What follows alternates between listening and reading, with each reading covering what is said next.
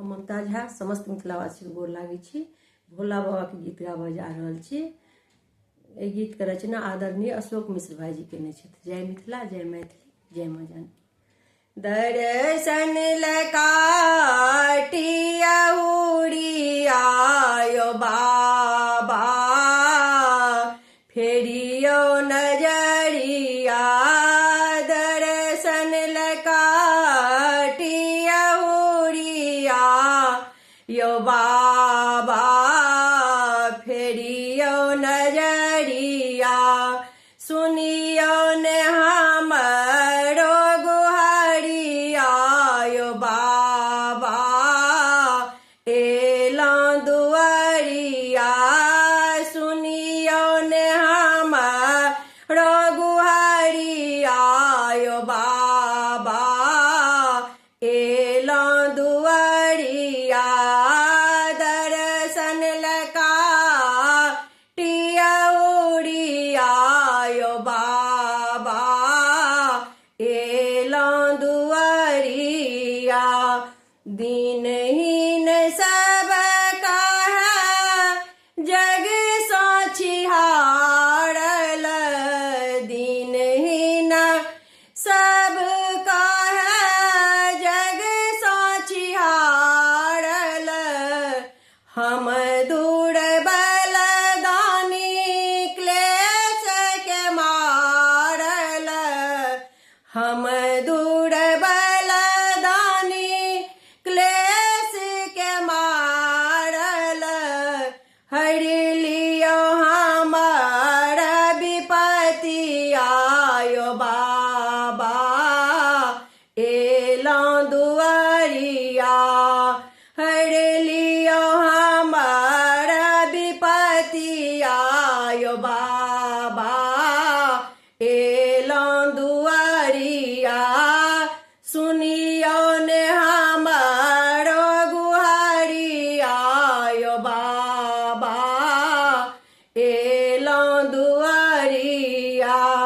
दर्शन लकाटिया उड़िया यो बाबा, एलौं दुआरिया। अहाँके अछैते हर हम किया कानी, अहाँके अछैते हर हम किया कानी। सबके लेल छियो ऑर्डर दानी, सबके लेल छियो ऑर्डर दानी।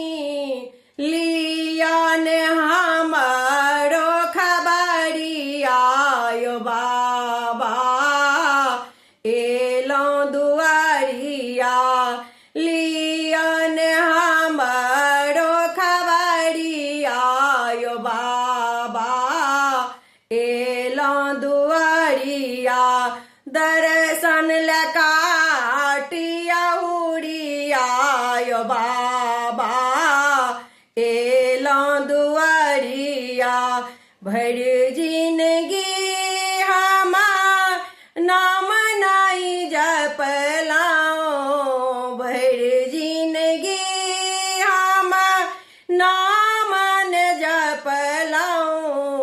पापी कुटिल संग व्यर्थ में रमलौं, पापी कुटिल संग व्यर्थ में रमलौं। गहल अशोक सरनी